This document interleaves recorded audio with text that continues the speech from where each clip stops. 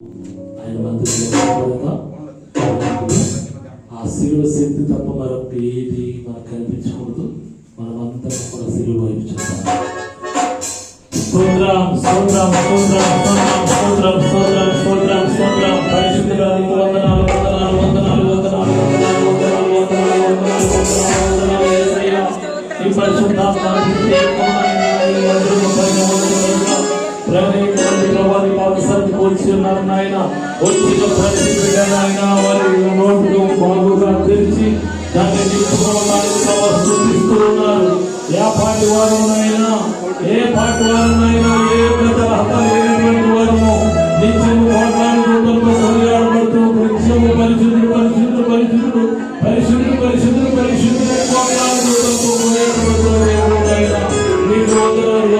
మస్తుతులు ఏర్పాటుడైన అయినప్పటికీ ఆయన ఈ భూమి మీద పట్టువారు ఏర్పాటు